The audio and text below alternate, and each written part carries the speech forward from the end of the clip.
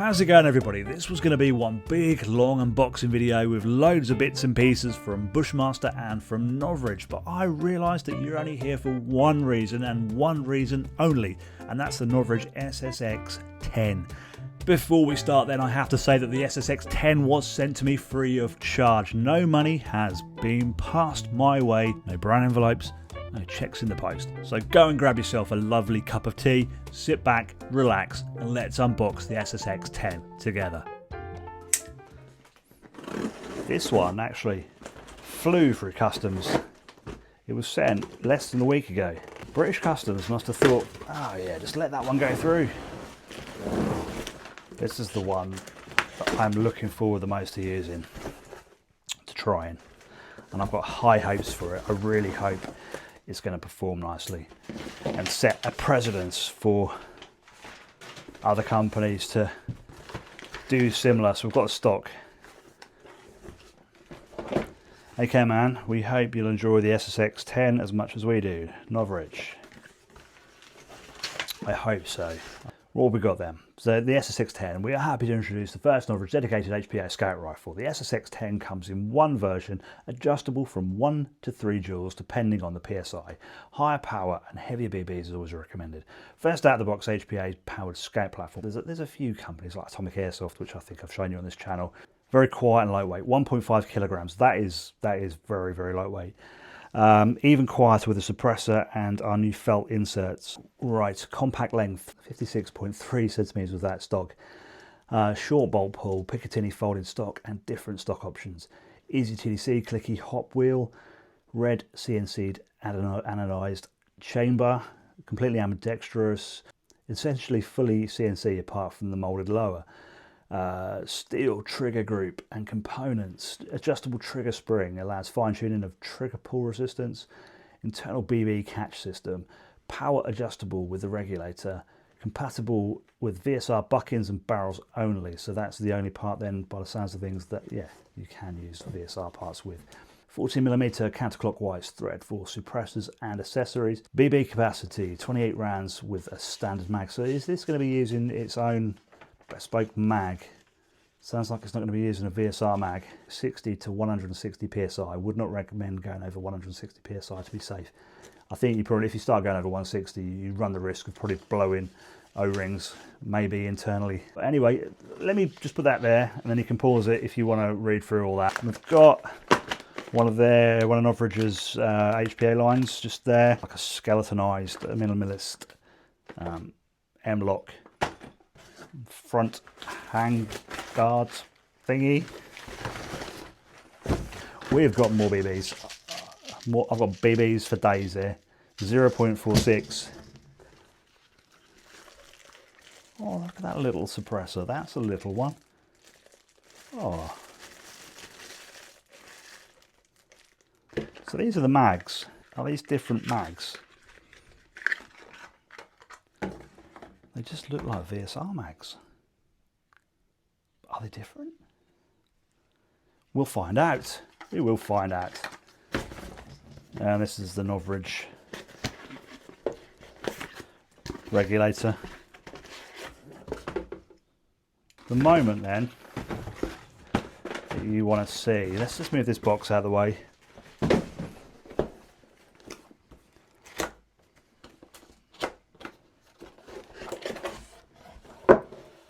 It's got an online guide, scan it with the QR code.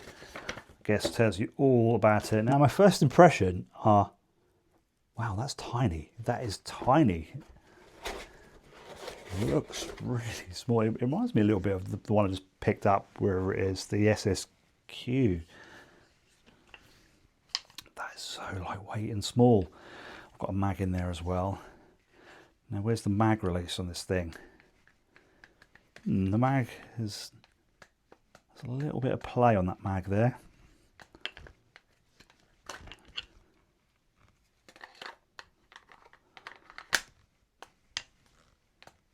Yeah, so we've got a little bit of play there, and that seems to be in.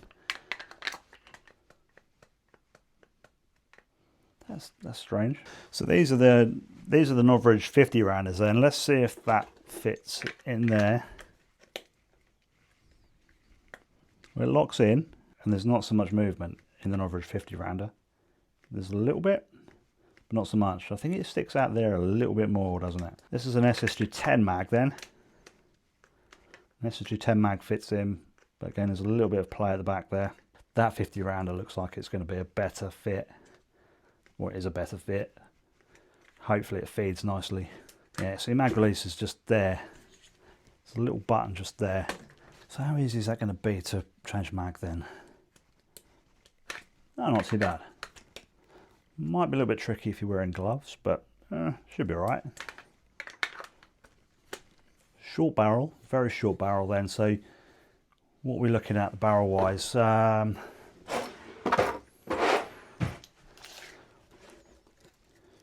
we're looking at about 330 barrel maybe in there, 320, 330, but it's so lightweight and small, but it does feel solid. Got the TDC wheel there, nice and clicky. But yeah, there's our bolt pull there. Where's the little handle? We've got a handle somewhere. Here's our handle. So yeah, you can just screw it in either side really, whatever side you want it. Wow, I'm gonna be here all, what's going on here? Oh, I just want to rack it. That's it. So all you need to do then is to load another BB is that. I've screwed down the bolt handle properly for it now. And when it's in the in position now like that, there's no cocking it. So to cock it, pull it out. And that's as far as back as you need to go, or as it will go, just to load another BB into the chamber. Push it forward and it will fire. It still will fire with that out. But ideally, I guess you want to push it in just in case you accidentally pull it back so the nozzle's not making contact properly with the bucking. We've got then the metal M-lock, aluminium M-lock rail. Outer barrel is all metal. There's no wobble or play on that. It looks like a 14mm counterclockwise thread as well. Yeah, there's no play. There's a nice clicking on the hop unit. You can see the hose, the line goes in and then into there, and there's no worries about knocking that mag release there. That lower receiver, is that plastic? I think that's, no, it's aluminium. The lower receiver is. I like it. That trigger is set very finely. And it is adjustable. Where do you adjust it? Oh, it looks like the trigger adjustment is just down there. Let's put it together then and see what it's like with this stock on. Well, that stock is quite weighty actually. There's a lot of weight in just the stock alone. That stock alone, wow, that's half a kilo. That stock is nearly alone. 490 grams for the stock by itself. And yet the rifle is 1.460. Wow, chunky. That is a weighty stock. I'm surprised. Can we rob this one? I know it's probably not as premium. I know it's not as premium, but it's lighter, isn't it? So the SSQ stock is 210 grams. There's not a lot in it, size-wise. Oh, it's a folding one. That's where the weight is. Right, gotcha. All right, stock.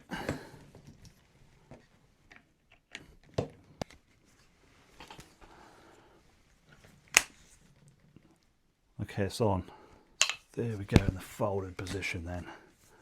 I guess that's going to be very handy for some people who just want to maybe carry a bolt action on their back, a tiny little bolt action on their back, or in a bag even for transporting it to a game. That's tiny now, isn't it, still? That feels comfortable.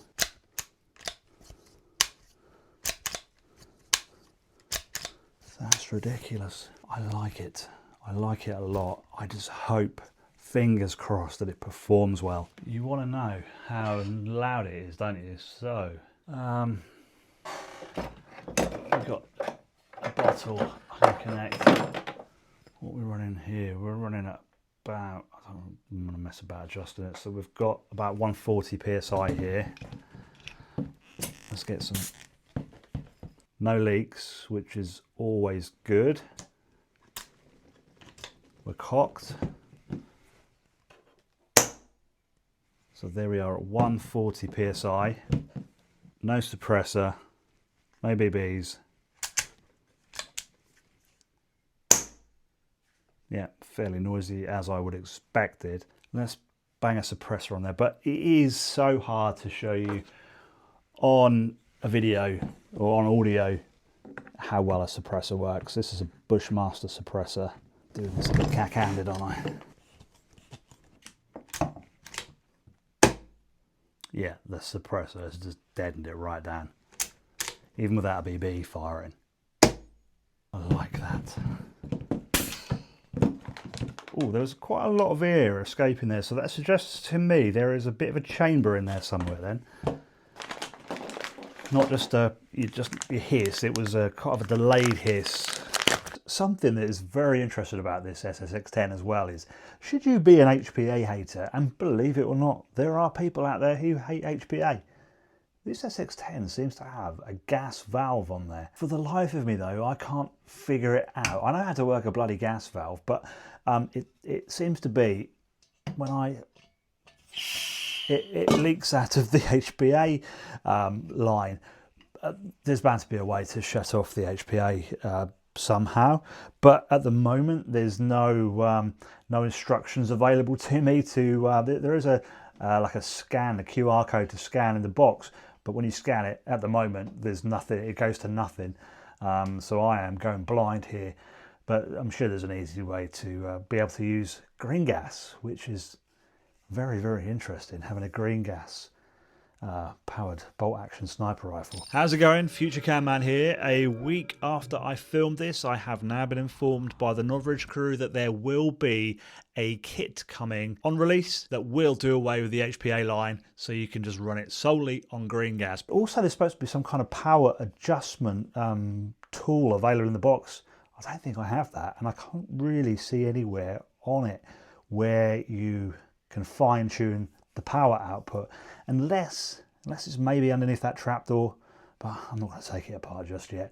Yeah, so that's very, very interesting. Let's maybe now try to see if I can demonstrate to you how quiet it is. It's going to be really tough. It's really tough to demonstrate suppressor sounds on camera, but I'll give it a go. I am now about 10 meters away then. Okay, let's put the standard mag in that came with it. And I'm going to switch audio over to the my phone. It's got DJI mic. The DJI mic is over there as well, so we'll switch audio. I'll maybe shout or something, and then I'll fire a shot just so you can get a reference of hearing my voice and the shot as well. Okay, test 1 2 3, test.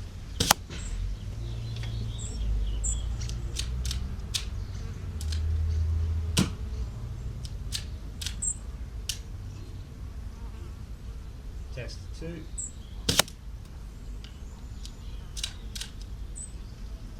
Test 3. Test 4. So what I'm now going to do is take the suppressor off and do a couple of shots as well, so you can see how it sounds with the suppressor off, hopefully as well. There's a bit of noise going on in the background here. I've got some workmen probably about 30 meters over to my right. Not sure how well that's going to affect it or not. All right. Test 4.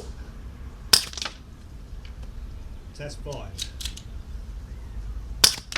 Okay then, so a little bit of feedback about this after just a little bit of plinking in my garden then. I really like this and have high hopes for this, but I will reserve judgment until I get this into a game. You can always just mess about with the gun in the garden and it'll work fine. and then as soon as you get it into a game, it's a totally different story. No feeding issues that I have noticed so far. I've been chatting to fellow airsoft content creator Orange Spartan, who too received an SSX10, and he informed me that with the mag that came with it, he had some issues with it prematurely, shall we say, prematurely releasing the BBs when least expected. I just want to see this for myself, so I'm going to give it a try and see if I can maybe replicate this with the mag that comes with it. So yeah, this is the mag that comes with it. Let's load it with some BBs. Let's put some .2s in there, shall we? So he just told me that it was when he was knocking it just slightly. There we go. Yeah, it's doing it, look. So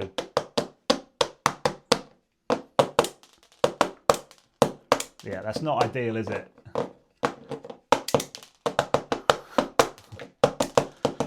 Yeah, it's not terrible, but that you just don't want any BBs coming out, do you? Really, I was expecting it to be TAC 41 bad, where you know what they're like. You've only got to just touch it and they spray everywhere. We've shot out that many, and we're getting them every now and again when we knock it. The BB retention seems to be okay. I mean, I'm touching. Yeah, I spoke too soon there. Yeah, so that's the mag empty now. Not ideal, not ideal. So it seems that they want some stronger springs in the. Ideally, just don't put this in with the SSX10 Novritsch crew. Give us this one. This one is far better. I know it's probably more expensive, but come on, we want this one. I think. Let me just try this one first.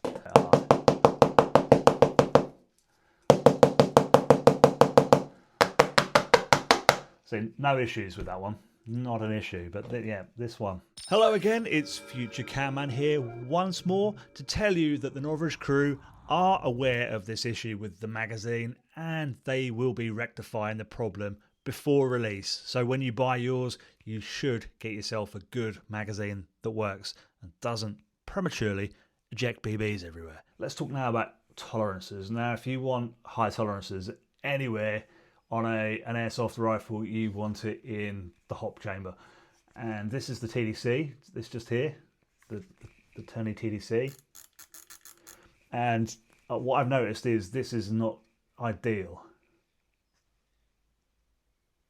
You see that moving about just a little bit, and does it move side to side as well? Yeah, it does. This needs to be addressed, I believe, in the factory. It must be an easy fix. It's just that the tolerances are pretty low there. Yeah, there's a little bit of play. I mean, that hop unit, let's put it in a bit more. Even if you put it in a bit more, there's still a bit of play there. You don't really want play in the TDC that is pushing down on the bucking. Let's see if we can tighten that up with some of this stuff. Some PTFE tape.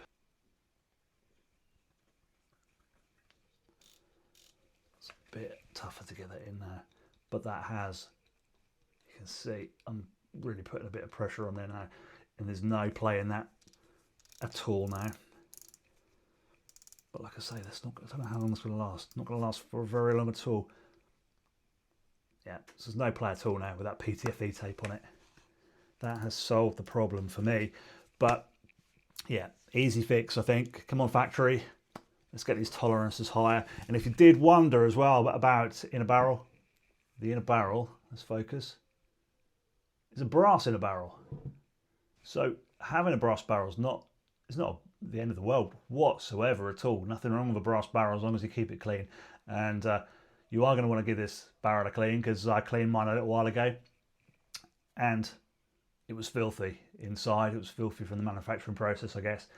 But yeah, it just seems like they're keeping the cost down a little bit, because the last few Novritsch rifles I think I've had, I'm not sure if they're stainless steel or just some kind of coated inner barrel. But yeah, this one is just a plain brass one in there. I really like the little bolt pull. It's going to take a little bit of getting used to, having to just pull it out every time. I know it shouldn't, but just having to pull it out every time to cock it.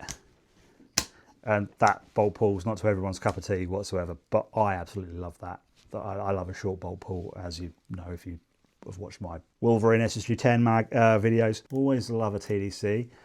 It's not exposed like on the SSX11 where you have to worry about knocking it. Your scope is probably going to be covering the TDC wheel, so I don't think there's any worry about knocking it, and it is a nice adjustments on there. Balance weight with that stock on, it's over the back end a bit. So we've got 2 kilos there, which is fairly lightweight, isn't it? Sound wise, it's very quiet. I'm only using a small Bushmaster suppressor. I think you can get this thing quieter, definitely quieter. And I'm definitely looking forward to seeing how quiet I can actually get this thing. The big thing for me is just how accurate it's going to be. And I can't obviously tell that just in my garden. I'm going to have to wait till I get it out to a game and see how many people I can take out with this thing. Where do I recognise this outer barrel from? I'm sure it's on something else. Oh no, it looks like the outer barrel from, oh my God, the AAP Scout rifle thing. That reminds me of that. Anyway, enough of my waffle. Let's get the SSX10 to a game day. Oh, any light? Yeah, well, the stock weighs half a kilo and the rifle weighs 1.5 kilos. Right, pull that back. Yeah. It does help, doesn't it? You're supposed to push it in again, but it doesn't really matter too much, I don't think. No. Yeah, push it out, pull it out. Pull it out. And pull it back. I see. But yeah, they're good. Oh, yeah, nice.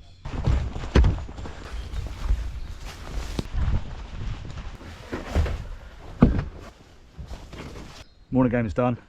A few observations about the SSX10. I figured the paint job. I know it looks like a painter and decorator's radio at the moment. It was a fast job that I'd done with some Bushmaster acrylic paints, some scapper tape. But the trigger guard is very small. The mag release is pretty tough, very small, especially when you're wearing gloves. It's not impossible, but it's tricky. I think maybe that could protrude a little bit more. There's plenty of protection to stop you from accidentally knocking it. Maybe that could stick out a little bit more. Trigger, I love that trigger. There's a lovely feel to that trigger. It's got a real nice break to it.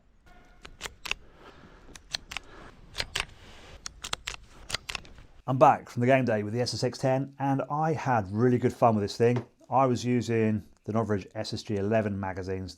I think these are 50 rounds, are they 55 rounds? Something like that. They're quite high capacity for a VSR magazine. And I was using the Novritsch 0.46 gram BBs in these. Like I say, no feeding issues whatsoever all day. They do say that these are specific for the SSX10 though, and they have a stronger spring in them designed for the SSX10, but I had zero issues with these magazines, so I don't know what that's about. I don't know, not sure. What else was I was running at 2.2 joules, about 2.2 joules. And where's my bottle? There we go. There's the PSI that I was running, so about 140 PSI. I think that's crept up a little bit. I'm sure it was about 135 PSI at the weekend. I did forget at lunchtime to top up my bottle. That's what I usually do, but it was just not necessary whatsoever for using this. And I suppose I must have shot, I would say, getting on for close to 200 BBs. I thought I was going to be low on air, dangerously low on air by the end of the day, because you do have this chamber here where the green gas is, well, the gas is stored if you run it on gas, not HPA. And every time I disconnected, it just let out quite a bit of air out of that chamber. And that's what made me think that I'm going to be wasting a lot of air here. It's going to be quite air hungry, but it wasn't at all. Let's talk about range and accuracy then. So I was using the 0.46 gram BBs at 2.2 joules, and it was struggling to hit 80 meters.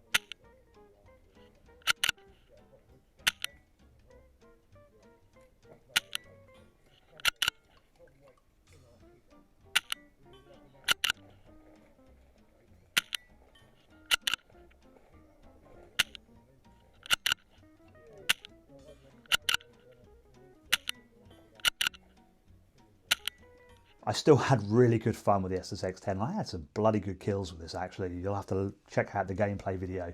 It's uploaded on Camman channel. It does seem to me like they have tried to keep the price down a little bit on this with the cheaper quality magazines, the cheaper quality brass in a barrel.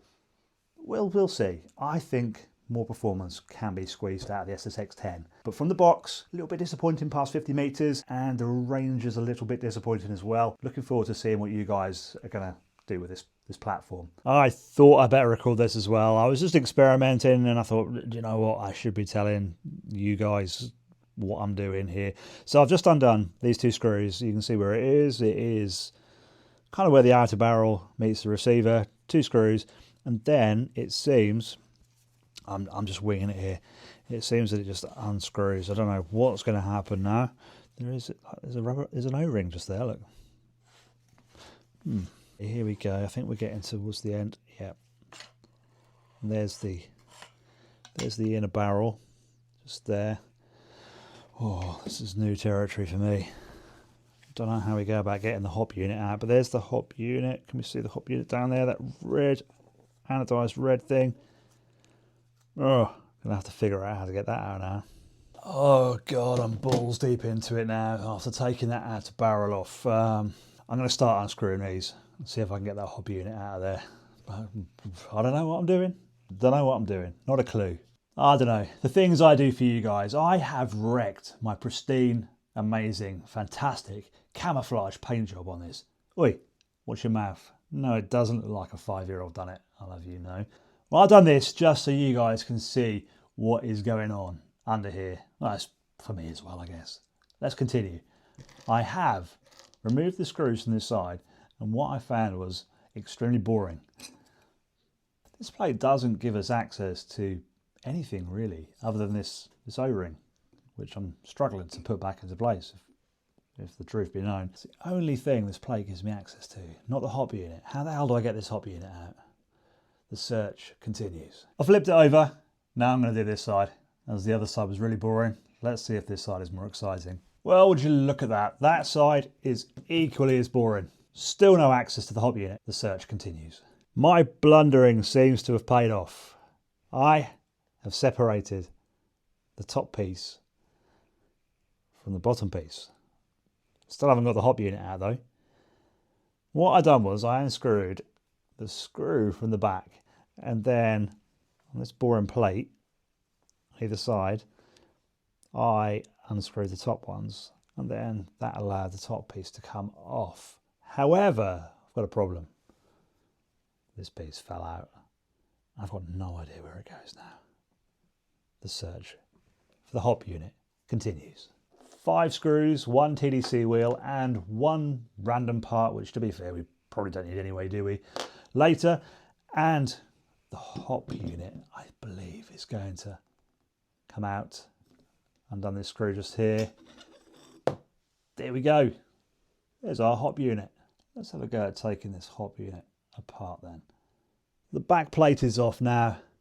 We now have our BB stopper that I don't want to lose the spring on, so I'm going to be very careful with how I remove that.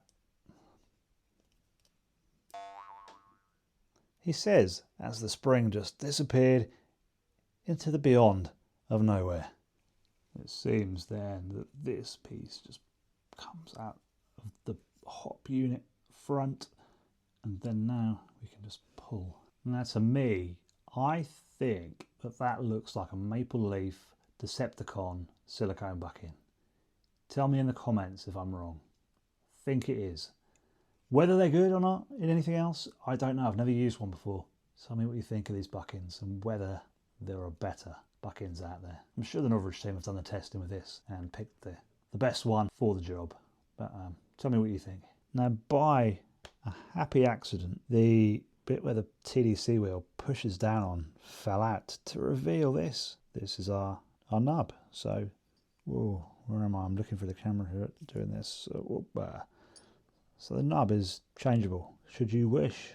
Luckily, I found that BB stopper spring. I spent more time on my knees than a Catholic choir boy though, but we got there and we've reinstalled everything back together, and it's now about to go back into the receiver, the upper receiver.